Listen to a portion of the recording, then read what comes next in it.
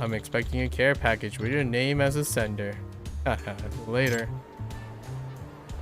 Rate this game on difficulty. I don't see games as being difficult or not. It's just something you learn. In terms of like how long it takes, so difficulty comes in many parameters. Oh no, freaking Kim. So characteristically, people rate difficulty based on design. Since I played 8 Yakuza games, the design, I can't make a comment about that anymore because I'm really familiar with the design. So I have too much legacy skill to rate the difficulty anymore on that.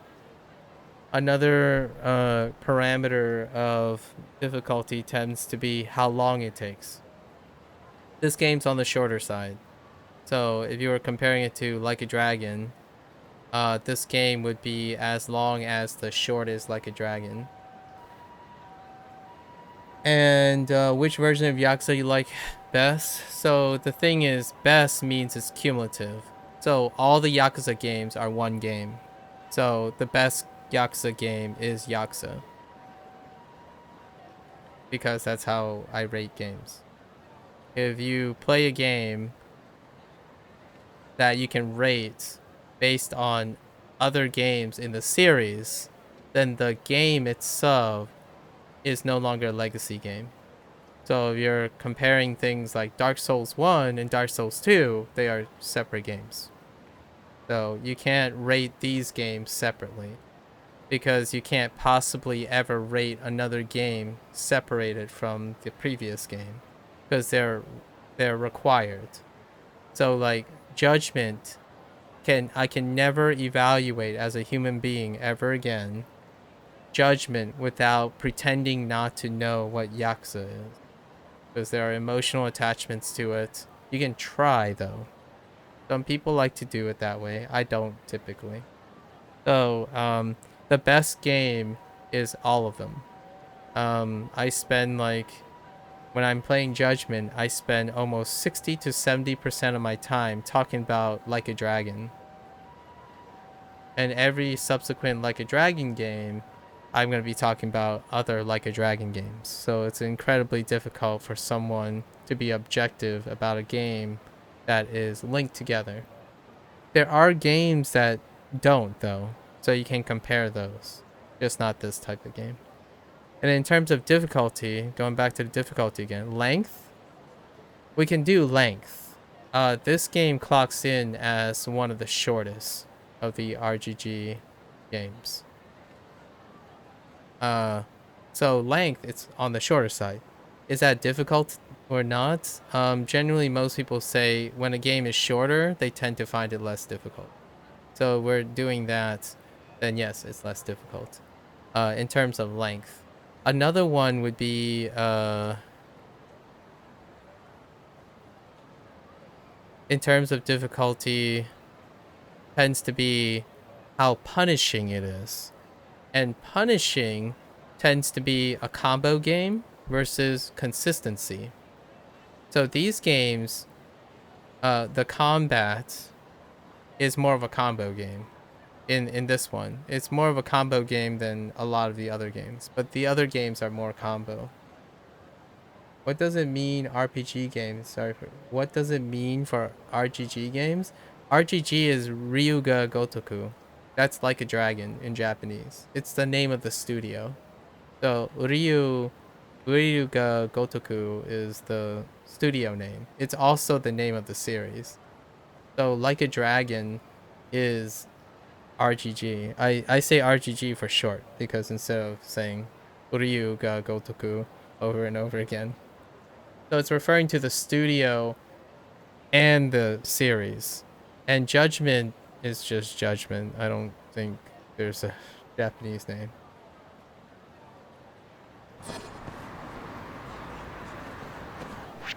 So what's, yeah. So, we're always referring to the game or the developer. I say it enough so that I remember important names and whatnot, right? We gotta appreciate who actually makes the games and whatnot. We're not doing Keihin Gang again. To heck with you. Please find my son. Oh wait, we have two side cases here.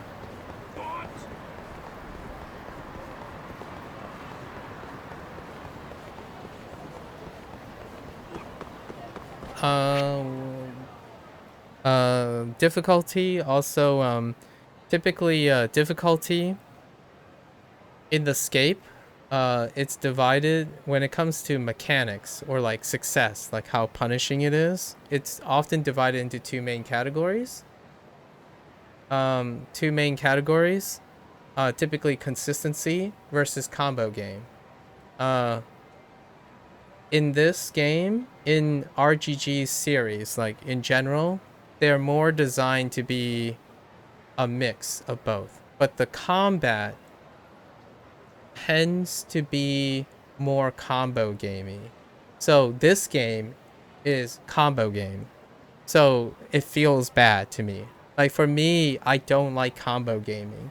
As in, when you get blitzed, you lose. So to me, that is more punishing to me than a scrappy game that rewards consistency. So like the boss hits me a lot, I hit the boss a lot, and then we keep going back and forth, and it goes for a long time. So it's like 10-minute boss fights, 15-minute boss fights. Those are consistency games. When you need combo games, it means that you don't get hit forehead kind of thing. If it ever feels like you don't need to get hit and you have to hit all your things, kind of like playing a rhythm game, then you're a combo gamer. And the combo gaming to me, I'm a guy who believes that human behavior can dip and improve, dip and improve, so it keeps going up and down. So I like my games to be scrappy. So you win 30 times out of 40, and then next time you play, you win 35 times out of 40. That's consistency. If you only need to win once because you have to be perfect once, that's a combo game. And combat in this game, to me, is on the harder side. I would say it's on the harder side because it's combo gaming. If you execute 3 things perfectly, the target just dies. If you miss 3 things in a row, you're probably dead. As opposed to Yakuza 5 Remaster is a great example. You do very little damage. Also, everyone do very little damage to you. So it's like a slog. And personally, I kind of like slogs versus fast kills. If you're into what I'm describing, the fast kills or the execution stuff, Souls games would be a great example. If you're into Souls game where you hit all your dodges, and then the bosses that are long and aggressive, where you have to combo game longer, they tend to be less favorable, because combo gamers tend to be, they like execution. So like, if you can dodge it 10 times perfectly, dodging it 100 times more is less rewarding. To me, I like dodging 100 times and get like 90 of them versus dodging the first 10 to beat the boss, for example.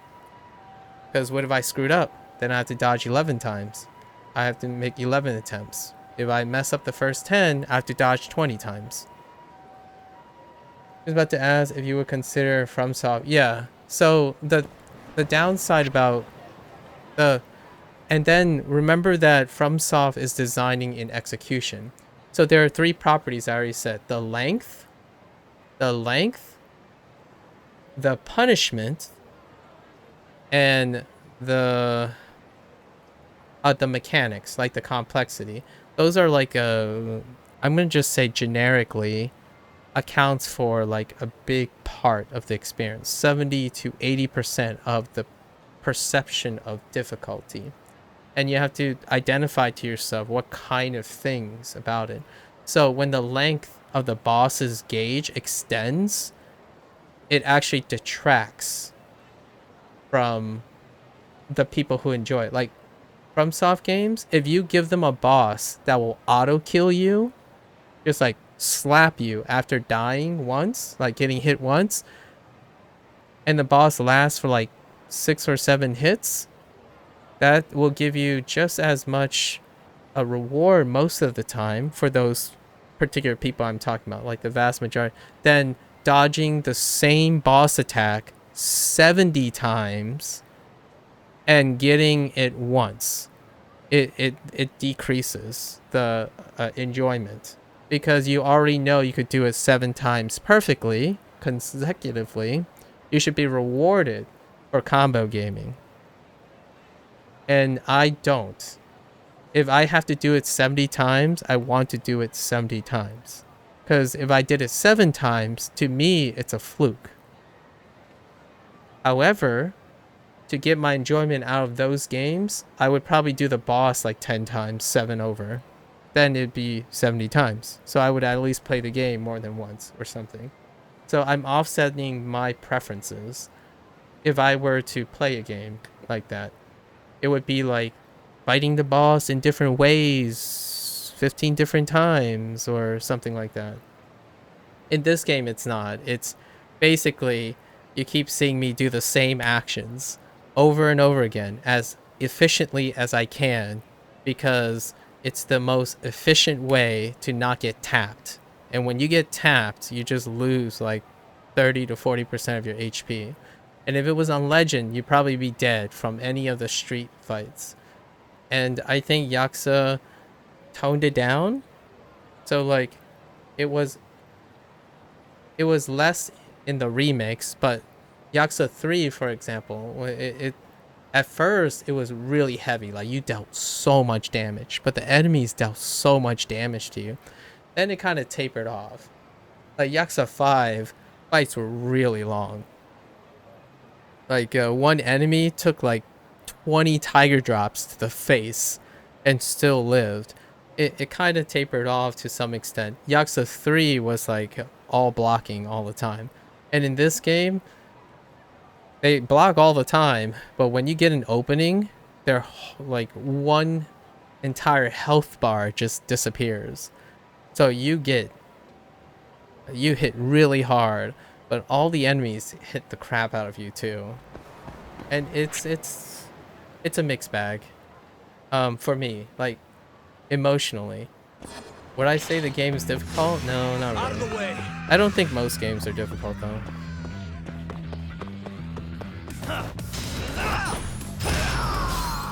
Like they always die in one hit.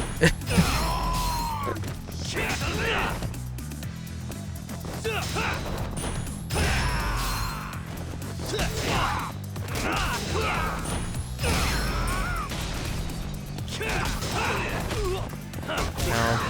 Stop it. Oh, I can't seem to turn properly. Okay. So even if a set boss lasts for much longer than arbitrary set, you will still want to experience it in different ways before being... Yeah, probably. I actually would probably just walk around and see what the boss does first. Intentionally. When I watched action from you, I really liked it. Looked in one... Oh, I see. Yeah, yeah, I would be a guy who probably explore if I like the series, right? I would go back and explore everything about it. However, it's also a mood thing. My mood changes sporadically. So, um, if I had a preference, I wouldn't be farming mechanics because the problem with input mechanics, the problem with input mechanics is that input mechanics are defined by the literal input and the feedback. Um, the mechanical variability, like variety that you can do with combat is much less much less interesting to me anymore than talking about intellectual mechanics.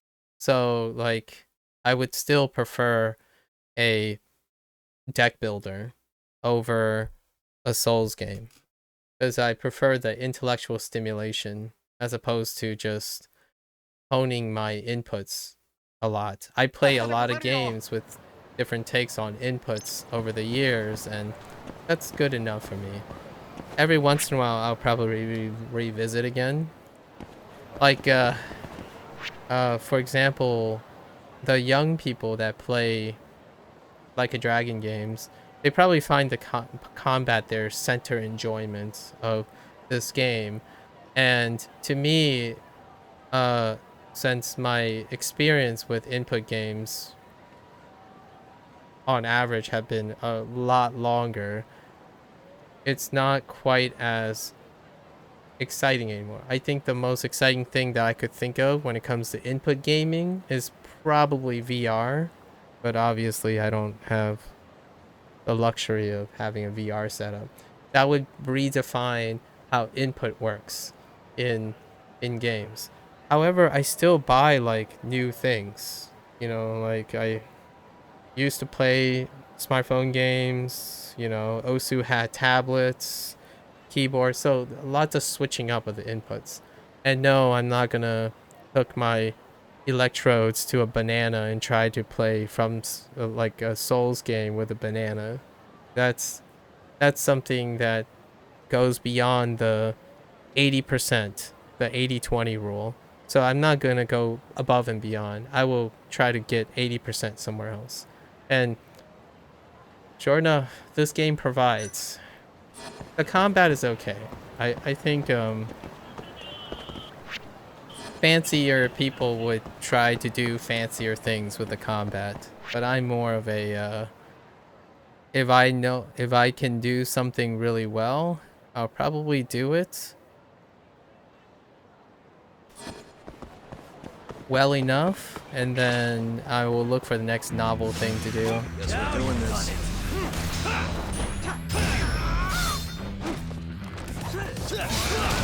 I think one thing when it comes to someone asking me how hard the game is,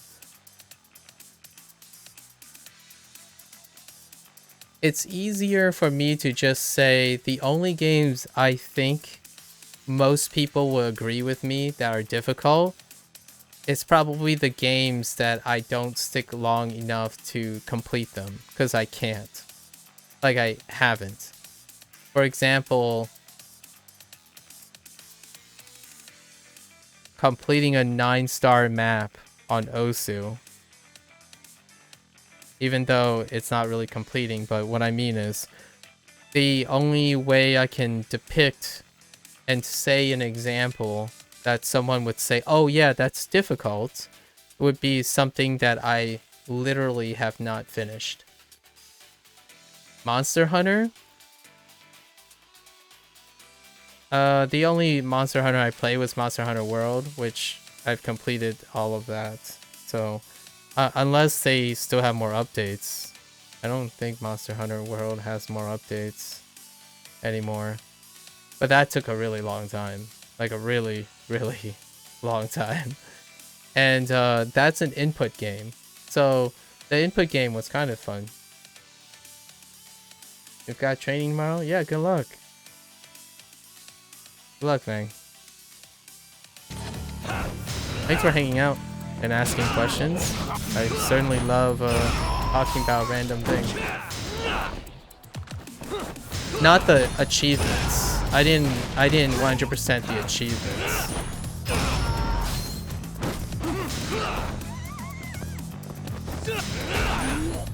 There are difference of completing, right? We're not talking about the achievements here. And I also played it when a time when not all the achievements were already added yet. Stay down. Yeah, completing game means a lot of different things.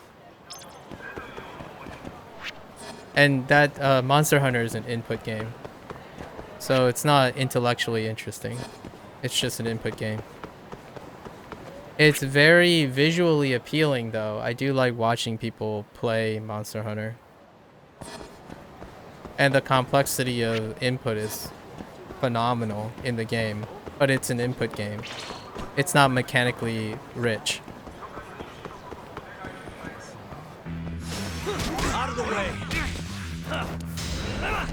I always thought Capcom could become a lot more cheeky with the game design, with the mechanic design, but no.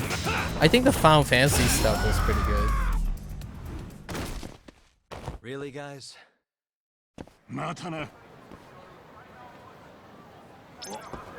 It does provide a lot of variety for players that like different takes on their input. I was thinking they go even harder. Like the Witcher collab was pretty interesting. They try to make all the collabs make it interesting because they try to capture an element of the mechanics of another game and place it in that universe. Like for example, Final Fantasy introduced they tried to capture like the meteor effect of Final Fantasy, but it's really already a mechanic that they did with another monster. The Witcher, they try to incorporate signs, but it's also just another input variant of their core foundation. They didn't rewrite the mechanical complexity of it. And that deals a lot with the type of design philosophy that Japanese developers have. They tend to reiterate on things and innovate from things that they like, not or they like and they know how to do. They don't like take the big plunge of just completely rewriting the whole thing. Although in this case though, at least RGG separates all those things, right? So I like RGG as an example of a different type of Japanese developer where the mini games are self-contained. So at least they can choose to experiment the mini games excluded from each other. But Monster Hunter development cycle tends to be constantly a variant based on the foundational core, which is an input game. And that input game is incredibly satisfying. That's why it is so popular. It's Capcom's, arguably, it might actually be. It was until Street Fighter 6. So we're not sure Street Fighter 6 is still going, right? The numbers aren't in yet. But Monster Hunter catapulted to #1 for a while. Now they have RE and Street Fighter battling for their IP crown at Capcom. So they're doing well. I still think the vast majority of Capcom's their thing is they're incredibly great at input mechanics. They've done so well with redesigning, reinventing, and expanding on input gaming. But let's talk about the elephant in the room. If you tell me and explain to me the RE lore and the Street Fighter story up to this point, or the Monster Hunter lore, that's when you can see where Capcom spent most of their time not refining.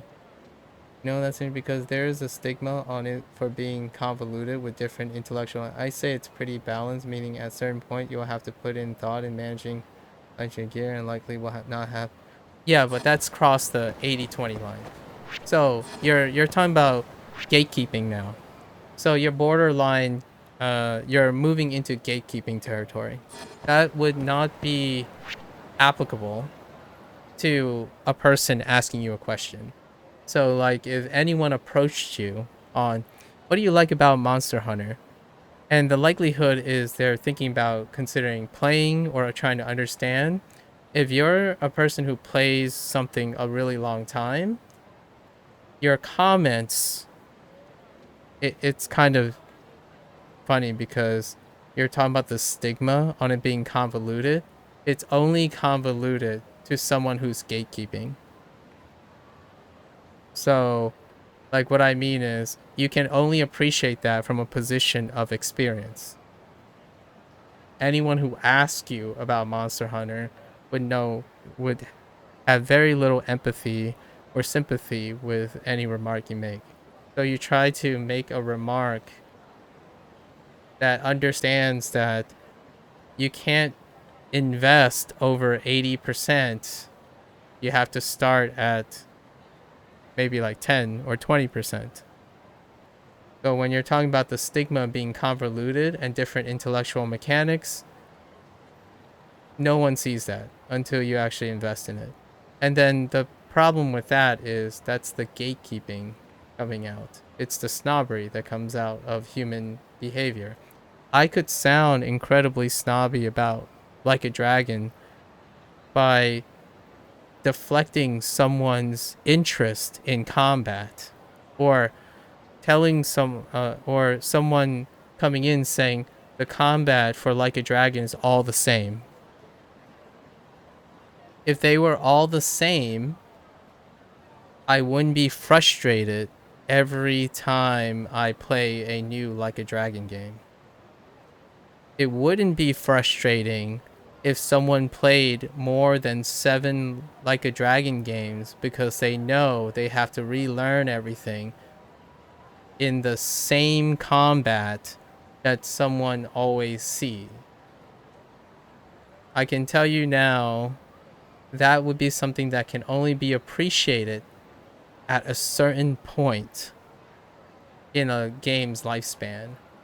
So the comments I make about Monster Hunter is from someone who represents not the people who cross the boundary. And that is far more relatable than someone who represents the echelon of gaming. So like when I say Monster Hunter is an input game that lacks mechanics, we're not talking about mechanics that are necessary to enjoy the game. The nuances and the cap, I guess you might be talking from a skill cap perspective. The skill cap is high in every single game, in any game. The difficulty cap in a game, the one thing, a little slight deep cut about video games. Video games are a form of escapism or a form of recreation. Generally, recreation and escape when it comes to difficulty is one of the lowest because it has a cap. Hear me out here. Most things in life that are difficult do not have a visible cap. Not only do they not have a visible cap, you also don't even know what its relative maximum standard is. In video games, they do. Video games have caps. So you can say things like, it's balanced, it's meaningful, it's complex to a certain degree. And if you play this, you can discover nuances because they're capped. They have known variables. That's not to say that you can't learn a lot from video games, but inherently, stigma, how tough things are, and intellectually, when you're thinking about it, you also have to take into account that these are people who live outside of the game you are talking about, even other gamers. So when you offer your take on Monster Hunter, like myself offering takes on Like a Dragon, I have to be considerate to the person's background. Because they live outside your system. They live outside of the skill cap. So for me, I told myself, what can I define Like a Dragon by? Length. Length is pretty alright. And I talked about combo gaming and consistency because that's something that isn't bound by Like a Dragon. However, we're talking about like balancing equipment and resources and gear. It's always, almost literally, always going to be different than the system you're describing for another person. So if we're talking about balancing resources and optimizing your equipment, civilization.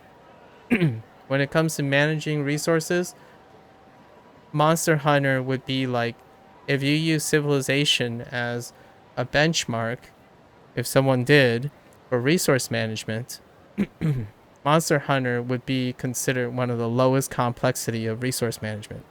In fact, one of the nice things about Monster Hunter is that there is low resource management. And what I mean by that is when you go and play resource management games and then you just want to take a break from it, you play Monster Hunter. It's kind of nice. It's a streamlined version of resource management. I love Like a Dragon because all their mini games are a stripped down version, a streamlined version of lots of games that took it to the next level. They made it the core. This combat, all the games have a different take on this combat, which is like an input thing. So you could say playing 8 Like a Dragon games is like playing 8 different classes in Monster Hunter. You're still inputting the same thing. Like you're doing timing, you know when your recovery frames are, you know your invulnerability period, your cancel windows, and whatnot. But they're all going to be different from each other. And that's a variant on input. What I personally enjoy when it comes to complexity is when it says different intellectual mechanics, you get intellectually checked by it. So difficulty in intellectual mechanics, when I say difficulty, I either can't physically do it or I can't mentally do it. And there are plenty of examples of those things in video games. An easy check for difficulty of a game intellectually is you avoided it. It's a game you intellectually can't complete because you haven't done it. So, in terms of the intellectual complexity part, it's any game you decide to avoid because you didn't want to think about it. Those are the hardest, since you haven't learned anything about them. So any system you have not learned intellectually, any closed system you haven't, is the most difficult thing. That's thinking outside the game. So in this way, this game is intellectually not challenging to me because I'm very familiar with all the other games and their design.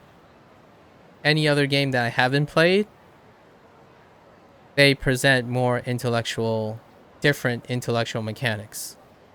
Input is not the same. Input has legacy no matter where you play, no matter where you go. So you'll always have a bottom line of input. And it's to the point where gamers can say, this game doesn't feel right, or doesn't feel snappy. It's because you have legacy. The depth and intellectual complexity of a game is how unfamiliar you are with it. So when you start playing a game and you have no idea what's going on, and by the end of the game, you can beat the game with just knowing how to play the game, as in not input, it doesn't have to be input related, then you're playing an intellectually complicated game because its core requires that you have knowledge. It's knowledge-based legacy, or knowledge base. And what happens with knowledge base that feels really awful, by the way, because combo gamers, in my opinion, combo gamers and consistency gamers alike do not like this feeling, and it's a human condition, is that you have to relearn a closed system that bears you no legacy. But the deep cut here is, it bears no legacy because the people who don't like those things don't learn skills outside those systems. What can I tell? How can I illustrate this? If you play a puzzle game, you learn the rules, you found the solutions, and then you play another puzzle game. And the new puzzle game has rules that are completely unrelated to the old puzzle game. But this person spent the same amount of time, went through the same process, and finish that puzzle game. No net improvement in learning curve, and it just feels like another task done. Give them a third puzzle game. Again, no net, bootstraps through the same method. That is a person who's relying on intuition. Now, intuition can help someone who's not actively learning something. What it can help is it can speed up the process of bootstrapping through something. So, for example, the first puzzle game, you inherently intuit it. Oh yeah, I've done this before. I've struggled with this kind of thing before. Now I know what to do, right? So you can intuit that. But once intellectual complexity of a task exceeds your intuition, that's when you get into mechanical, intellectual challenges. And what happens is a person who does not understand what an intellectual mechanic is or understand and dissect it, they won't ever have legacy carried over to the next game. They will continue to relearn the same thing in the same inefficient manner. So compared to someone who's intellectually minded, they would figure out a process that they can do that will be outside of the game. So, all right, I approach this puzzle game this way. What are the elements of puzzles and orientation that I can take to the next game? Like, I struggle with this. How did I overcome this? How do I problem solve better than this? How do I...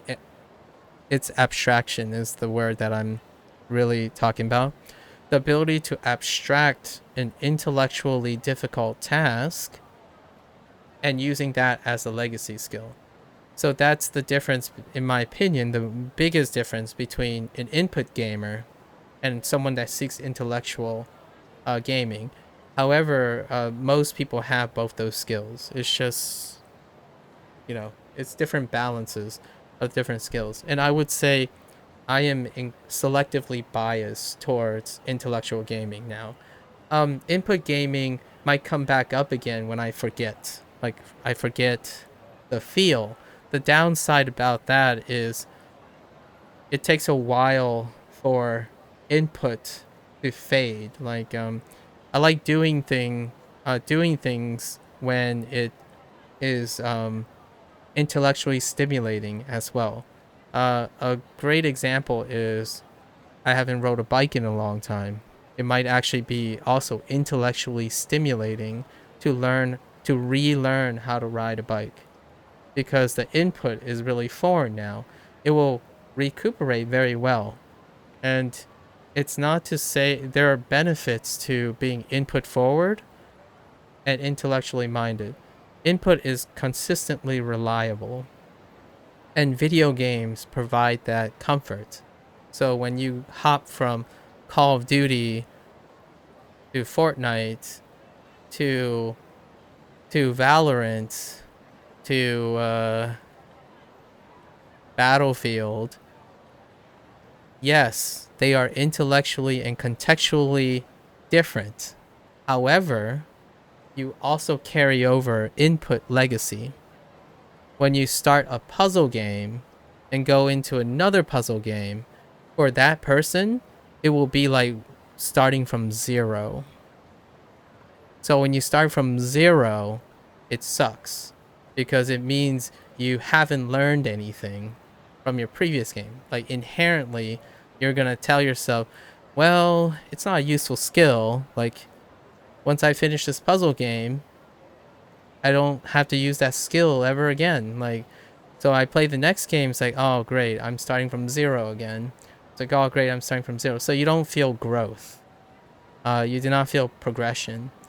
And to me, that is one of the fundamental underlying principles of why input games are so dominant over intellectual games. Intellectual games are not intuitive. To gain legacy skill for intellectual games, requires intellectual thinking, and it's just not as cool to have to think about your games when you're trying to not think. You're trying to feel good about yourself. Video games is a progress. So when you start playing one Souls game, you want to play the next Souls game. Actually, you want to play a lot of different types of Souls game because your legacy carries over. It's not the same as forgetting how to ride a bike and then learning it all over again. It's when you ride a bike a certain way, you're going to ride a bike in a different way. In fact, you might even ride a bike in different locations. You'll ride a bike in a city sometimes, you'll ride a bike in you know, in the countryside. But you have a bottom line. You're riding a bike. And that bike makes you feel like you can take on the world because you've been doing it for a really long time. And that's how I summarize input gaming. So I'm not and it comes with drawbacks. It comes with pros. The biggest pro is that it is good enough to always feel familiar. Familiar enough to know when, like, yo, this game feels awful. Or this game feels snappy as heck. Holy crap, this is so much faster than my last game. Because the input itself is being modified, but it's still the same input. So you can make those comparisons. When you're asking me, how do I compare games? It's not that. So what I do all the time is I try to compare inputs because that's how people compare video games. And the easiest way I can say about Like a Dragon stuff is the core battle mechanics changes all the time. However, it is familiar enough that it will feel the same for the vast majority of players. You hit a few buttons, you land the target, you're good. There are some things that change up the formula. Some Yakuza games have charging. This game is a lot about charging. Like, what I mean is 1-2 charge, hold, lots of hold, pause, hold, which makes this slightly different. It's still hitting the same two inputs and looking at the same visual feedback. And finding out like which ones are non-guardable, which ones do not deflect, right? And then unfortunately there's quick step is terrible in this one, or like quick step is slow, is sluggish, and the only way I can say that is because all of them have quick step and all of them deal with hitting an iframe during a visible threat. In a puzzle game, or like in an intellectual game, for example, some intellectual game, maybe the objective is to get hit. And that's it. That's the only difference. The objective is to deliberately get hit. That would be interesting. A game that's designed where your goal is to get someone to hit you over and over again, like to intercept everything intentionally. In my opinion, FromSoft had a creative way of doing this, and that's with the parry system. So Sekiro became a different feeling game fundamentally from the input perspective because you are rewarded for deliberately intercepting things as opposed to deliberately dodging things. So the counterattack is the deliberate interception. And this game does that too. Tiger drops are Sekiro. And then quick stepping, like the thing that I'm doing, the flux fissure, that's more of a avoid time hit stop, right? So you still get these things, and it links all these games together. Like input is the thing you can still link all the games together. The moment you play an intellectual game, you can no longer talk about input anymore. Like if you can still, then there's elements of input to it. Like for example, I can't explain to you how to play Slay the Spire based on how you press your buttons. I can never explain that to you. There's no way I can ever make you successful by describing to you what buttons you have to press to beat the game. It's fundamentally, you can never beat the game if someone just said press A here, press B here, select when I tell you. You can't. It's a knowledge check.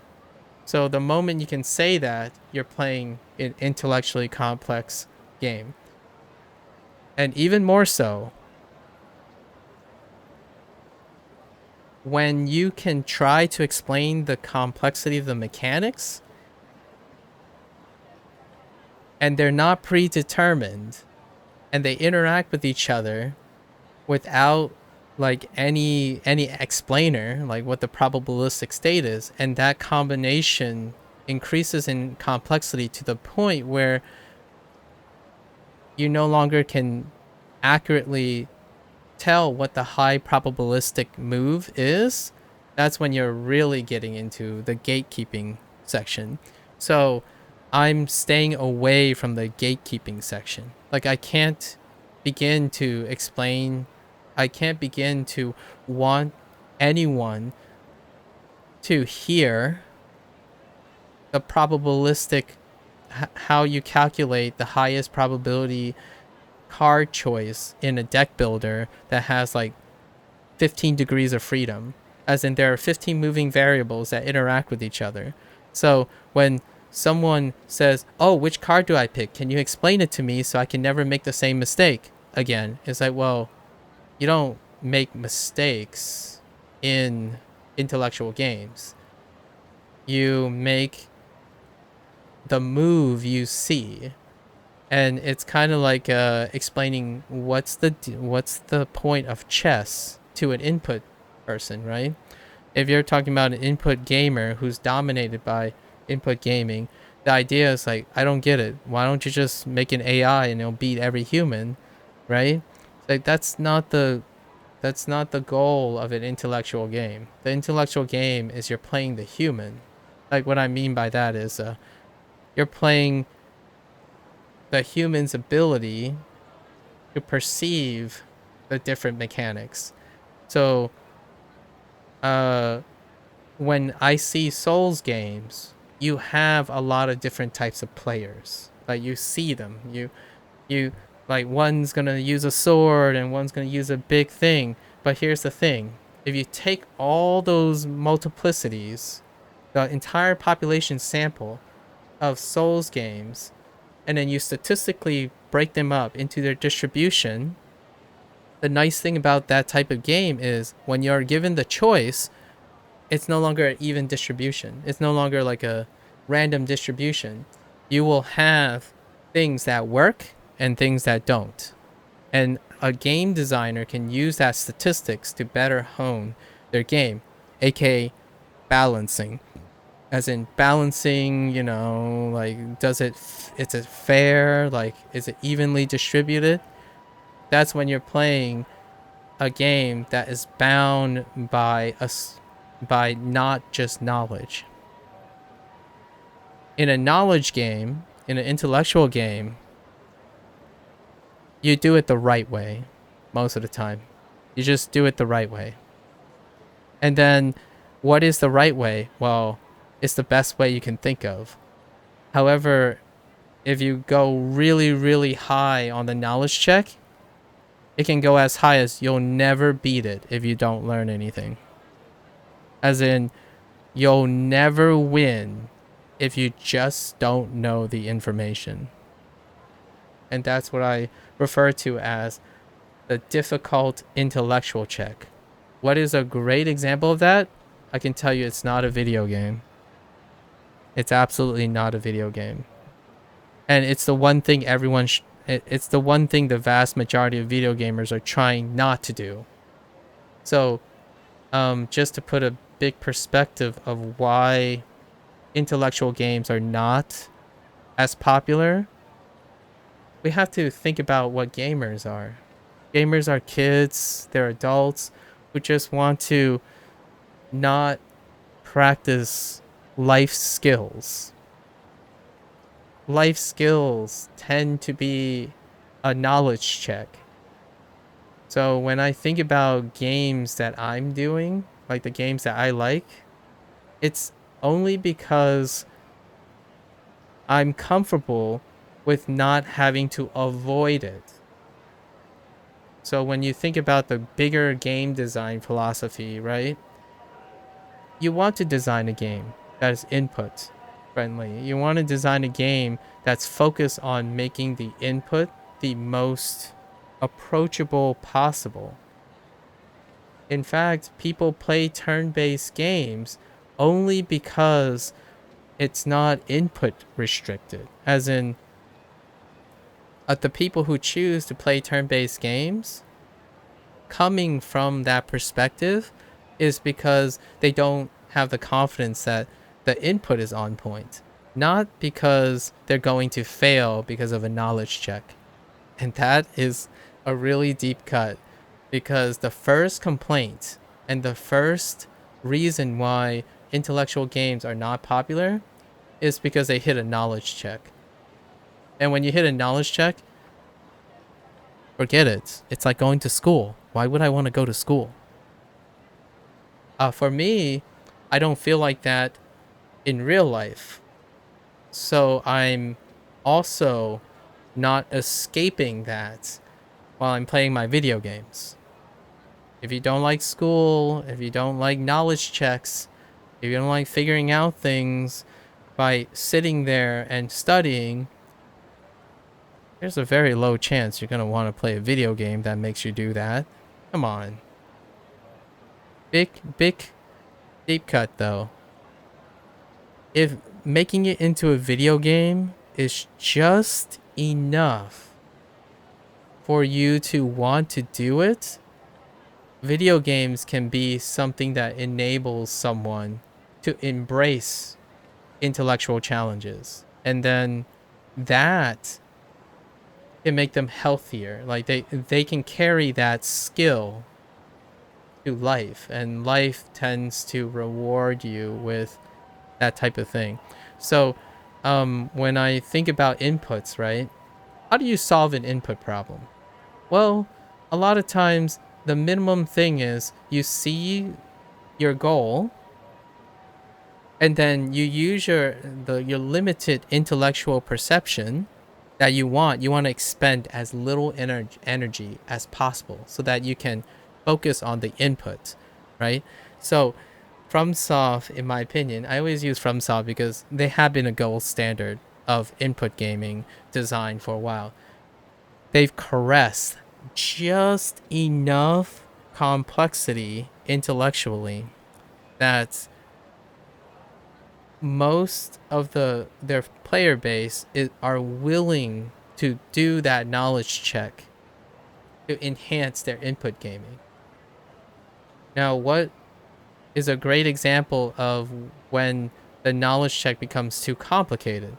Well, why isn't Hi-Fi Rush as successful in the more or less the input game system?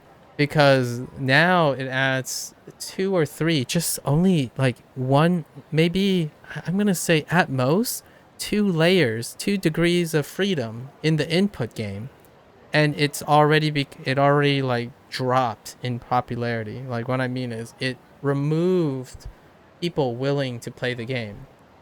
And that's crazy. Like, imagine if our favorite, rhythm game Osu suddenly have squares and have do not hit buttons as opposed to hit buttons. Then that's a knowledge check, because you have to know that some buttons don't hit before you do it. Like, we saw examples of this because there were like creative maps that kind of fake you out and whatnot. So it's fun. I think Monster Hunter does super well because it did the gear management and resource management just enough that it is approachable. It is very approachable, and it leans in on it. It leans in so much. What is not approachable is just picking up city skylines and expect that you understand all the resource management and equipment tool optimization, or jumping into Civ 6 and expect that you understand all the management resources. However, the people who play those games would say that it's trivial because they have legacy skill. Um, and legacy skill comes in many forms. I think one of my favorite things about playing intellectual games, every once in a while, I wouldn't consider this an intellectual game. Like storytelling is another form of escapism. You know, people watch movies and shows, but I play video games because I like that video games can do all of the above. So, um, the story takes the intellectual approach out of it. But what do I do when I see a story? I I place even more intellectual stimulation into the story.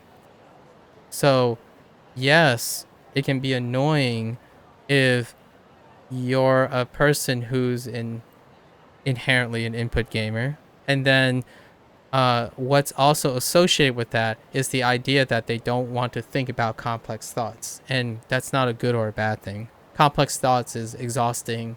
It requires a lot of resources. It brings down your input game. That's inherent, right? It's kind of like driving and reading a book at the same time. It's reading the book is going to take away from your driving, because we can't humans. Maybe there's some rare human in the world somewhere, but most humans cannot truly multitask. So input is a task as well as intellectual. But intellectual has a lot of layers, but it's still singular focal point. Um, you have to choose between the two. So one thing about input gamers a lot is they tend to not be great at problem solving. And what I mean by problem solving is novel problem solving. Um, and the video games offer a way to challenge you in that, and that's the transferable skill. However, it's not the same as input gaming. Input gaming is exclusively in systems. So, a person who likes FPS games have that it's a closed system. So, FPS's input is communal to all those games. In fact, it is so communal that a slight change of anything is felt by the player. So, for example, if you compare Call of Duty with Battlefield, an FPS player will be able to tell you that they feel different. Not intellectually understanding why they're different. It just feels different. An intellectual game can just be fundamentally and incomprehensibly different. And you can choose to know it or not. However, how to find that, how to learn that, is the learning process. The learning process is not part of the game. Like, what I mean is, it is not the game's purpose to teach you how to learn properly. There are some games that do it really well and some games that don't, but they don't teach you how to transfer that skill to other places.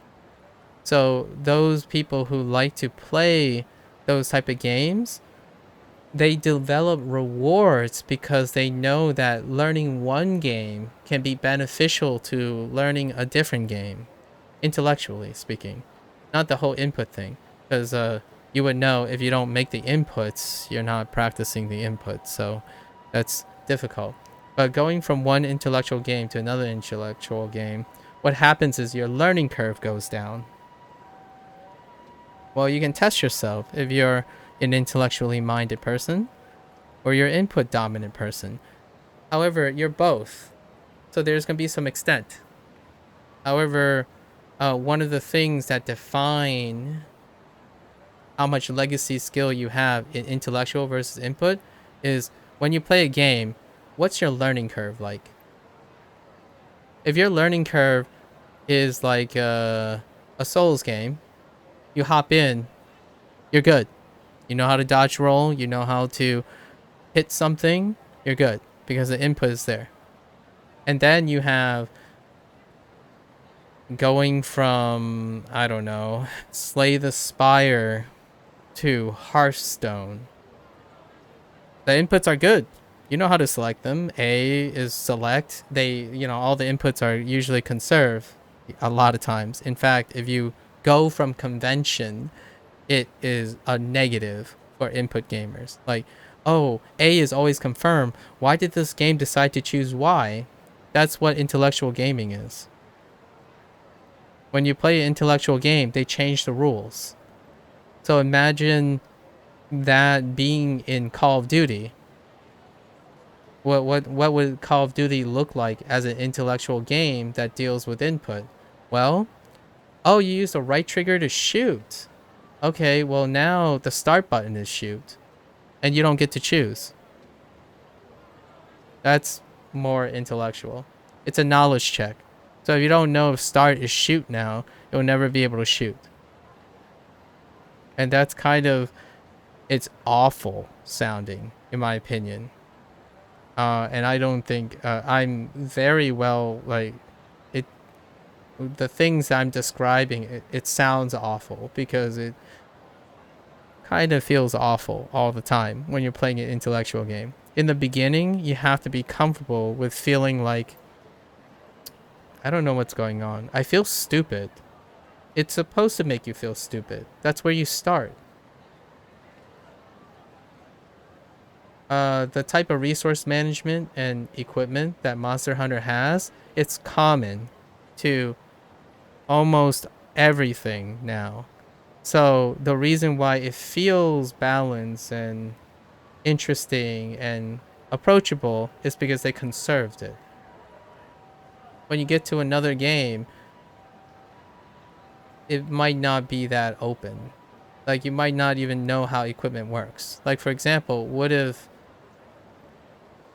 managing resources meant something else? Like, something that you don't do very common. Equipment, for example. It's not about getting equipment, it's about repairing the equipment. Well, that hasn't been in games in a while. Like, what I mean by that is brain, like a durability, but the materials are meant specifically to upkeep the durability of equipment. It's not about getting the equipment and juggling what their stats are, their passive stats are, and whatnot, or modifiers. You have to change the rules. Without changing the rules, there's no complexity, in my opinion. Like, what I mean is no intellectual complexity. There can be a lot more like versions of this. I think a great example is playing an action RPG game where you don't kill the target or you don't attack the target to win. That sounds really lame because in most cases it will take the input away. It will no longer be the same input anymore. And if you poll a bunch of people, whenever a game's rules change or whenever games try to change the rules, it's the least consistent result. Hence, in my opinion, one of the main reasons why puzzle games cannot become mainstream. Probably ever. Because the rules change every time. Mainstream games can become mainstream when they have legacy. And without legacy, they can't. It's like, it's an oxymoron. A mainstream game literally has legacy. Otherwise, it can't be mainstream. Like, for example, a singular game that's incredibly popular, is that the definition of mainstream? Mainstream would involve being non-unique. So if a game is unique, it inherently cannot be mainstream. And inherently, it's not complex as well. When we take into the perspective of the player, like the player base, any game that inherently is liked by a lot of people and understand really well is no longer complex. It is reduced in complexity because of normalizing. And that's kind of like the weird thing that I have problems with when someone asks me what's difficult, right? And my answer to anything that's difficult is everything that I have never played or experienced. Those are the most difficult things in my life. De facto, without saying anything else, nothing is inherently difficult if you played it long enough. To you, like as a human being, you'll rationalize that with experience, things become less difficult. So when you're trying to ask someone, is this a difficult game? What does that even mean anymore? When you ask someone playing a video game, if that person says yes, this is difficult, they're comparing it to something, right? So then you have to ask them, what are you comparing it to? So you have to learn about the person. And for me, when someone asks those questions, I have to tell them about myself first. I have to qualify how I'm rating difficulty. And for me, the only time I'll say something is difficult is I haven't done it yet. So what is a difficult game to me? Elden Ring. I haven't played it. It's difficult. Like I can't tell you anything about it. I don't even know what to do, where to begin. I can't describe to you or explain to you intellectually what I would do. I could try to, but it's all guess. So if you haven't done it and you haven't learned it, it's probably the most difficult thing. And I can say the most difficult thing in everyone's life, even video games, if you're just considering video games, is everything you have avoided doing. So, with all that explained in mind, I can earnestly say I have the most difficult time explaining what is difficult to me. If I'm playing the game, it's clearly not difficult because I'm playing the game. Can't formulate thoughts right now. Yeah, and I'm not. I don't think most people think of it this way. I honestly am just sharing to see if as posterity, as in I like to stream and record my thoughts because they might change over time, right? And my perspective on this is that I'm very happy in life, real life. So real life, like my life, encompasses everything I do. So if I'm happy at the top, I'm usually comfortable all the way down. So if I'm thinking that life is not as life is really difficult, for sure. But I'm still overall net positive, as in I'm winning this privilege. People can yell at me for my privilege or my hardworking parents that gave me a lot and then I got lucky. All of it though, at the top is that the top, I'm satisfied. I think I have tools that help me work with that. So everything below it is relative to that. So any game that I choose to pick up can't possibly be difficult because I choose to play those games. And therefore, I have the hardest time explaining to people why asking me if something is difficult is it's ironically difficult to answer. Because anything I pick up, I can find satisfaction in my competence. It doesn't have to be true, though. Like, what I mean is, if I didn't beat a game, does that mean it was difficult? For example, right? Well, I tried the game. And I probably played the game. A easy game can be a game that you haven't completed. So it's hard to use that as a sense. So my only requirement for something to be difficult in my life is that I haven't done it. Period. Like nothing. If I played a game for 10 minutes, it will become less difficult than it was 10 minutes ago. So it's so tenuous.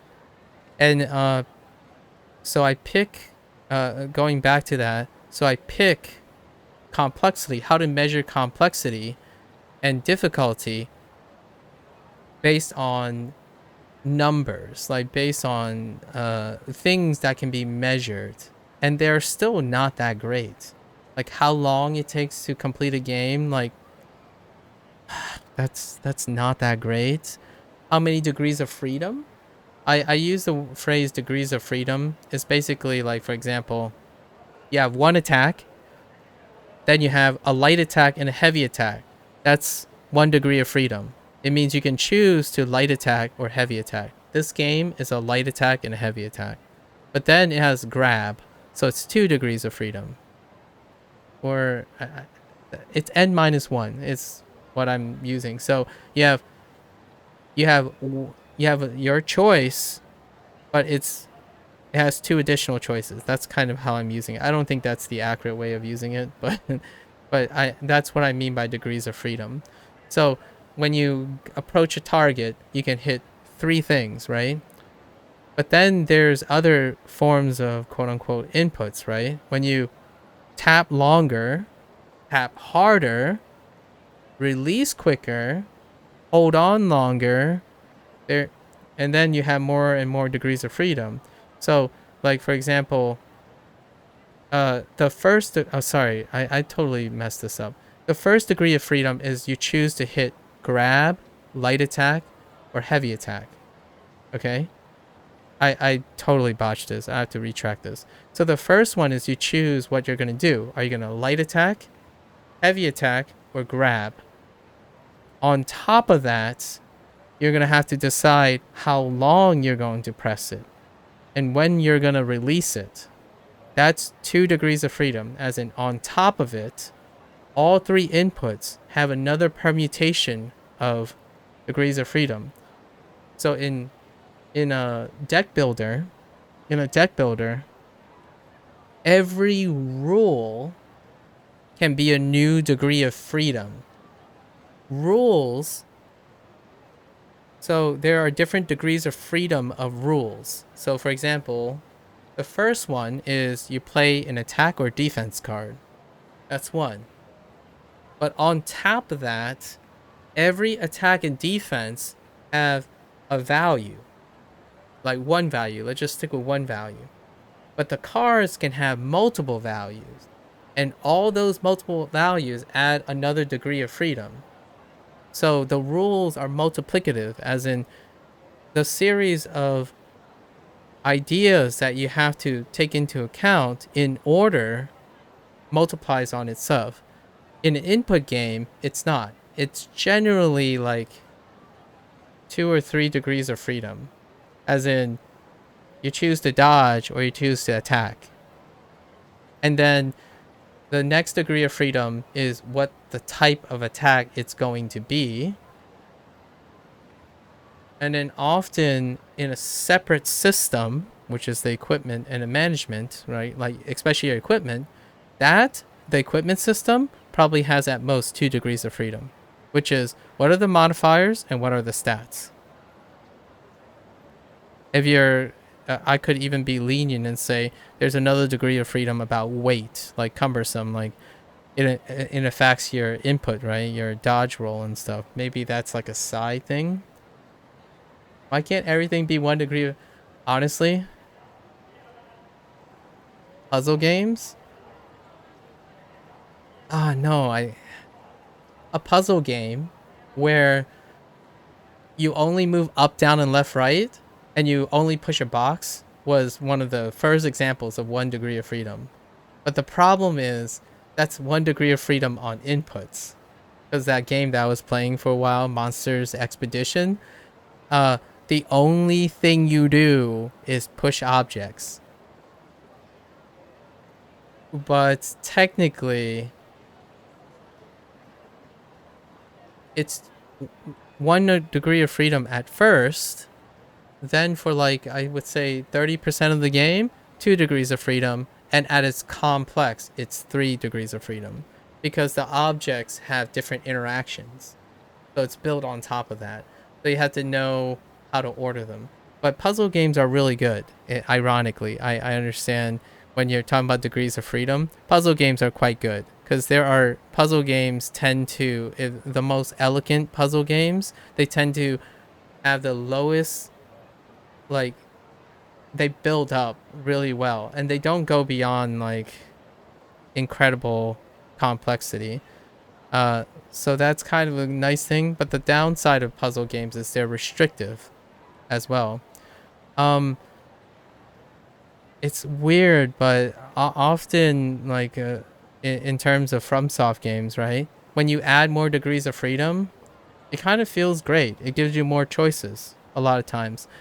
Um, However, it's a balancing act. When a game has too many degrees of freedom, and the designer, right, the developer makes it necessary to understand that, then the game gets hit really hard. So choice can benefit from lots of degrees of freedom.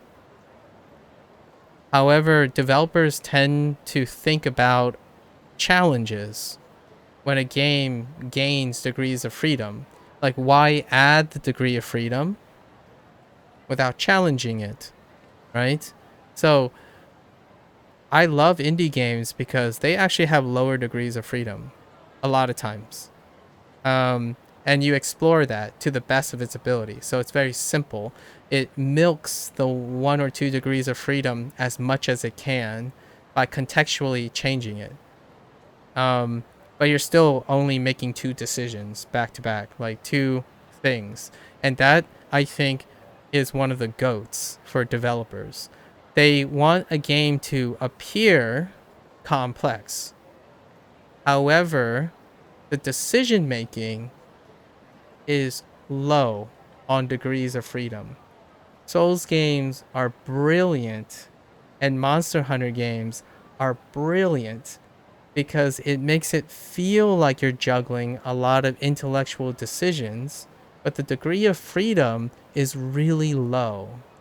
Like, for example, equipping your gear is at most 2 degrees of freedom. You equip the gear, you gain the mods and stats of the gear. That's it. So you interchange them because it feels great. What they provided you was with a lot of options with that same degree of freedom. It's like what FromSoft does. Like, here are all your classes. That's 1 degree of freedom. You choose one of your classes. But the more classes you fill in, the more it feels like the game has a lot of complexity, as in there are a lot of choices. Um, Complexity can increase with the number of choices, but it increases exponentially when you make it a degree of freedom. As in, like, okay, a good example would be an RPG, an MMORPG. Your class decides what 2 specializations you can get. So what happened was, now your class, it gets like a side thing. So like when you pick your first class, then it forks into 2 classes. So those 2 classes can fork into any number of classes too. So when you have a class fork, that increases the degree of freedom. So like when the first class you pick, it can specialize into another 8 that is exclusive from your first decision, and then those 8 have 8 of their own. What happens is it exponentially increases in complexity. So deck builders work more like that than it works like how input games work. You can only what is a good example of how input games work? Here's an indie game that puzzle games is a great example, or a platformer. Let's think about a platformer.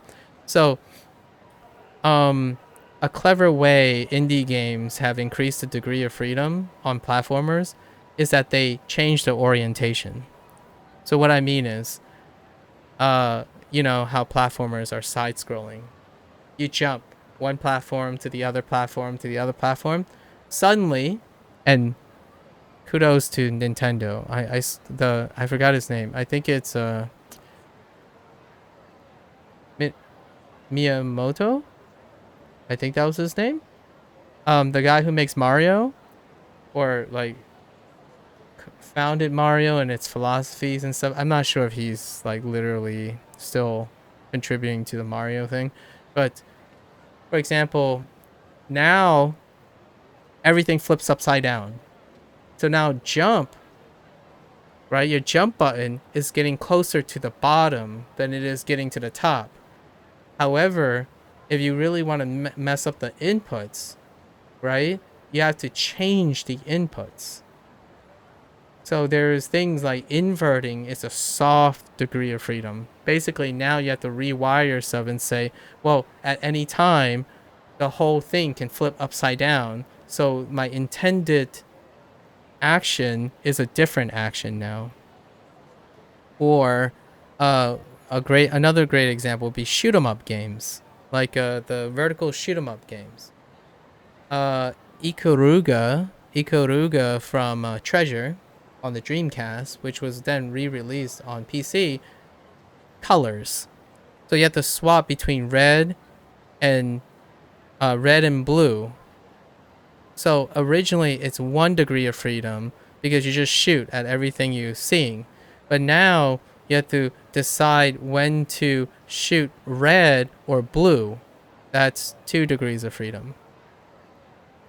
So now you have to juggle the idea that am I shooting red or am I shooting blue, or when do I have to shoot that? I can't just shoot. It's just not one action. It's 2 actions now. And you throw in another thing, right? Like you can't throw in the first action, like shoot and not shoot is the first. And then if it's red or blue, right?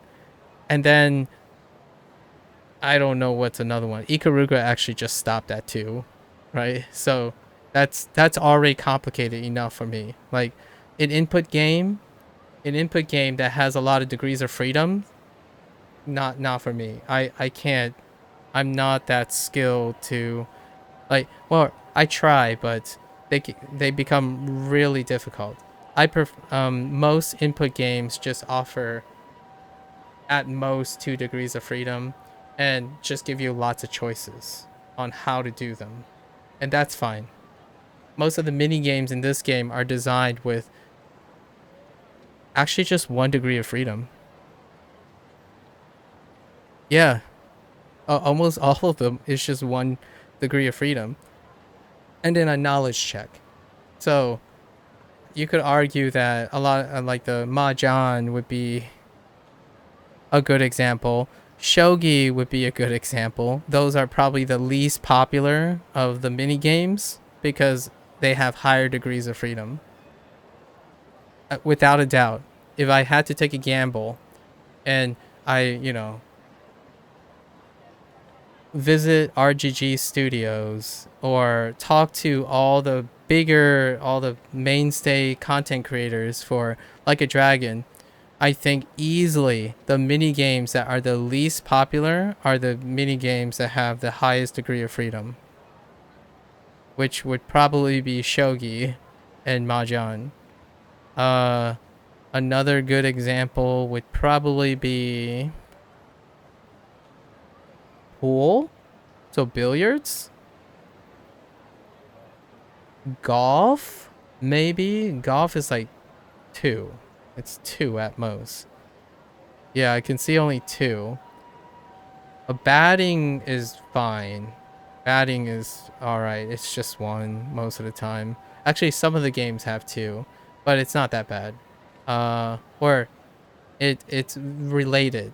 Like a lot of the mechanics are visually related. Yeah, shogi, no. Chess, like for example, chess, no, no. Chess is just WTF. And anyways, that's a good digression on that stuff. I like my games. With all that said, I'm not saying intellectual, like people who play intellectual games are inherently smarter. I'm saying everyone can do it. That's why they're games, right? They have tasks. They want your game. Most developers make games so they're approachable and people want to play them. The idea is we have to understand the gamer. So the developer designs things the way they envision them. But a lot of times nowadays, is you have unapologetic developers, which I love. I'm biased. I love unapologetic developers. But those unapologetic developers have to get lucky that they coincidentally understood the gamers that they're targeting.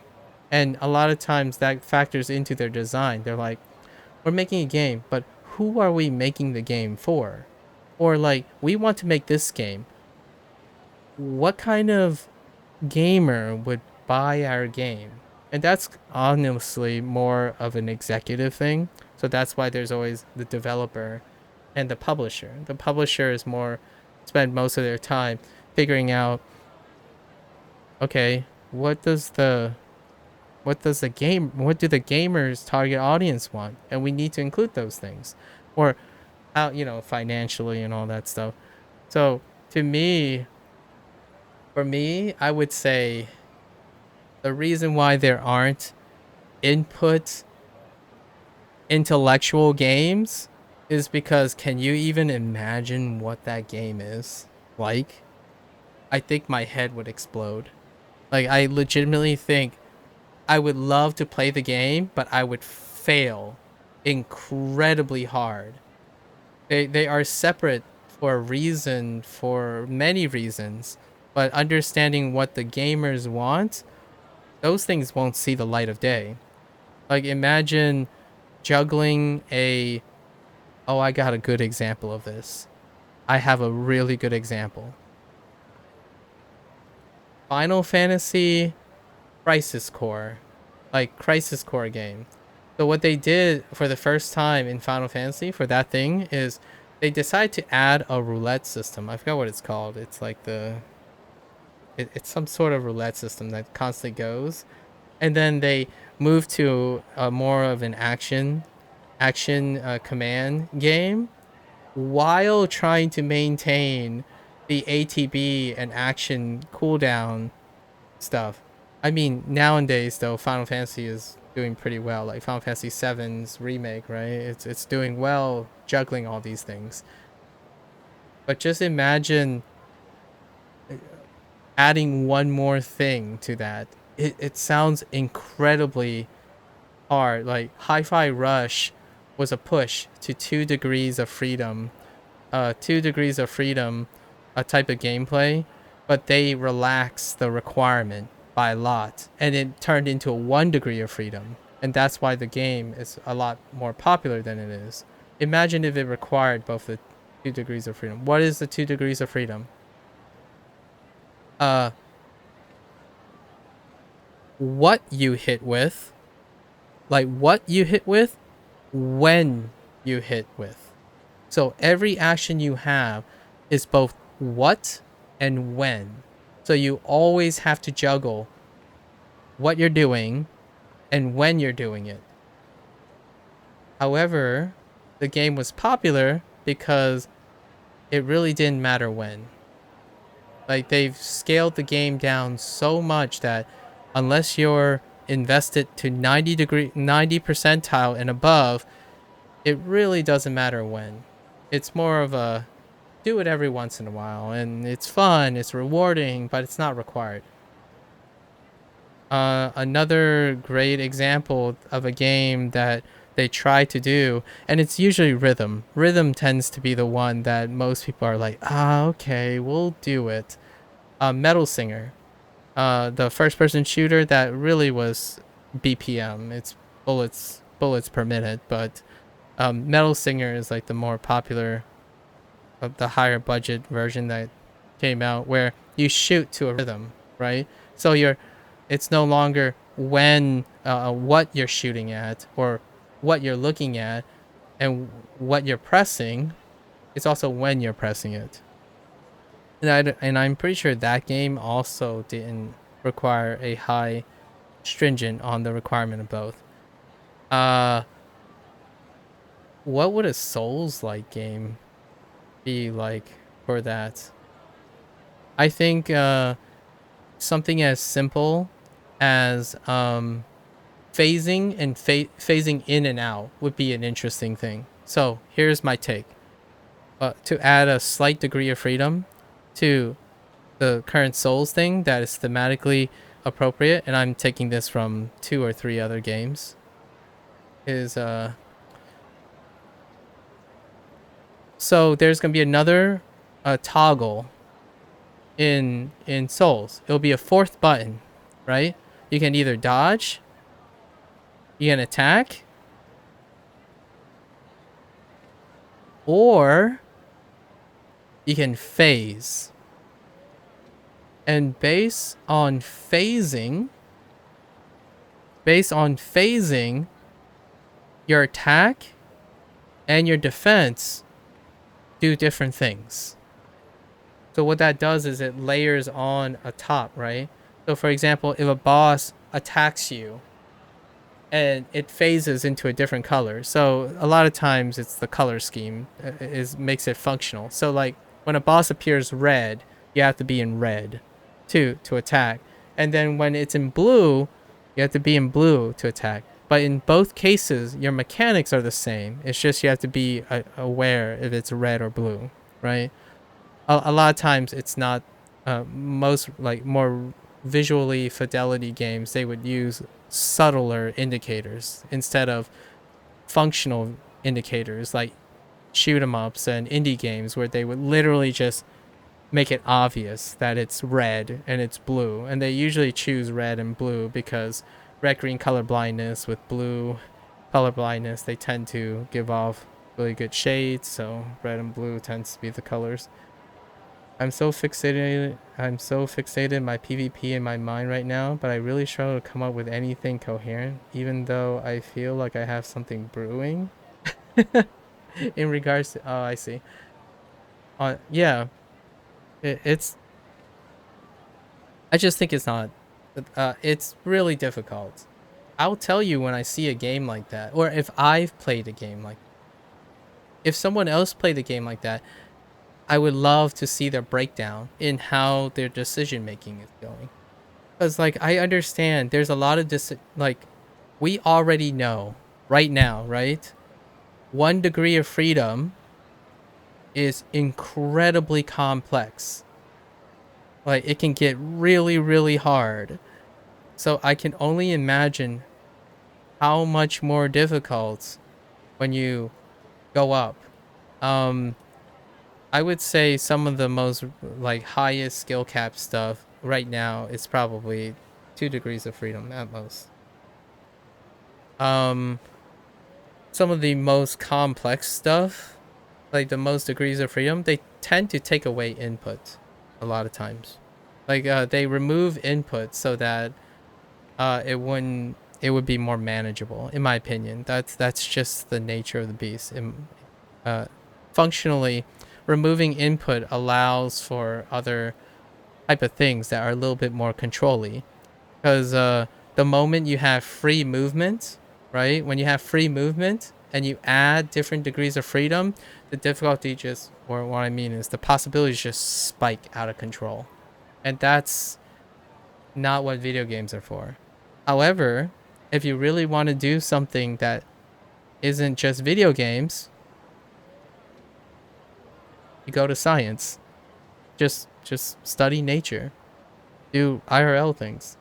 They have so many degrees of freedom, we can't even fathom how much it is. Like walking outside for 5 minutes every day, how many degrees of freedom is that to understand if it's beneficial for your health? Well, first of all, it's incomplete information, so you have no idea. And it's at least 3. What I mean is there are at least 3 stacking and non-stacking confounded variables in everything we do that's not a video game. And that's why I like video games. Video games, I'm going to say this in the most happy and humble way I can. I love playing video games because it dumbs things down for me. What I mean is I can't juggle things all the time if I want my video games to be very difficult, right? No, video games are wonderful, entertaining, and incredibly popular is because they are not difficult. They're designed deliberately to be achievable. The hardest things that you'll ever encounter are things you don't even know if you can achieve. And then even harder than that is you don't know what the end goal is. You arbitrarily have to, and in those situations, you have to arbitrarily create a goal so that you don't lose your mind. Or that's a little exaggeration. You can feel progress happening. And we create metrics in those situations in order to give us a feeling, a perspective. Like, when you go to bed, am I getting smarter? How many degrees of freedom involves answering that question? Am I getting smarter? Have I been getting smarter the last 10 years? It's unfathomable. There's so many things to think about. In a video game, you don't. It's great. All right, I'm belaboring the point. Now I'm being a little like I've started entering the looping cycle, so I've started being pedantic. But that's kind of how I feel about video games, and I think the greatest elegance as a take-home message, right? The greatest elegance about video games, especially input games, is that they're elegantly simple. They're simple enough for everyone to enjoy, like the vast majority of people to enjoy, while having the room for complexity that is rewarding enough. It is inherently going to be simple. I don't think we enjoy things inherently, like escape, recreation. Recreation tends to be taking care of yourself. It makes you feel good. We don't inherently tackle the hardest things by choice. We tend to tackle all the things we know we can do. So if we can see ourselves doing them, does that make them difficult? Just to wrap it back up, I'll leave that thought. I've thought about this in a long time, and it takes like a 3,000 page essay to explain just my limited understanding of how to wrap a quality of life around approaching difficult things. I would say if I gave myself a grade humbly, I probably perform 8 out of 10 when it comes to the life skills necessary to approach anything that is alien to me. I would say the average right now, especially for people who play video games, it's like a 4 out of 10. For better or for worse. It's not suggesting 8 out of 10 is better or worse. It just means I'm able to approach things that I don't know anything about more regularly. Does that mean I learn more things? Not necessarily. Does it mean I'm more productive? No, not necessarily, because it all depends on the context, right? However, one thing I can say is the more comfortable you are in life, the more approachable you can be to high degrees of freedom, as in, quote unquote, more difficult things. If you're not feeling great, you have neither the mental strength and probably not even the physical strength to tackle something that's difficult. So, like, really difficult. The better you feel, the more, the healthier you are, the more resources you have, the more likely that you'll tackle difficult things. So often, one last thing is I ask how the person is feeling first. So to me, when someone asks me, is this difficult? I'll explain to them how I'm feeling right now and what I think I can do, give them the impression that would I find it difficult or do I think about it difficult, and then express that. Because difficulty is really, really dependent on the person's background. And one like really way to reduce it, it's kind of it's kind of dangerous a little bit, but if the person's really happy, if you're really happy, most of the things in your life is not difficult. Like because sad people find most things difficult. Happy people tend to find most things surmountable, as in achievable, and therefore they are less difficult. It's to the point where I gave myself an 8 is because I'm fine with doing things that has no success. For example, living as long as I can possibly live, healthy. There's no end to it. You don't know how to make yourself live as long as possible healthy. You can try your best to do so. And even that doesn't make me feel sad. And even that feels like I can work towards it. Video games give you a goal. And when you work towards that goal, it gives you comfort. What if you don't have a goal? Is that difficult? Because things don't have a goal means it inherently means you can't achieve it. That sounded very morbid, but we're going to get back into this. We're going to play mini games now. For like the next hour or two. When I commit to a digression, I commit to a digression. And I love these digressions. Okay. So we're going to try VR. We're probably going to try VR now.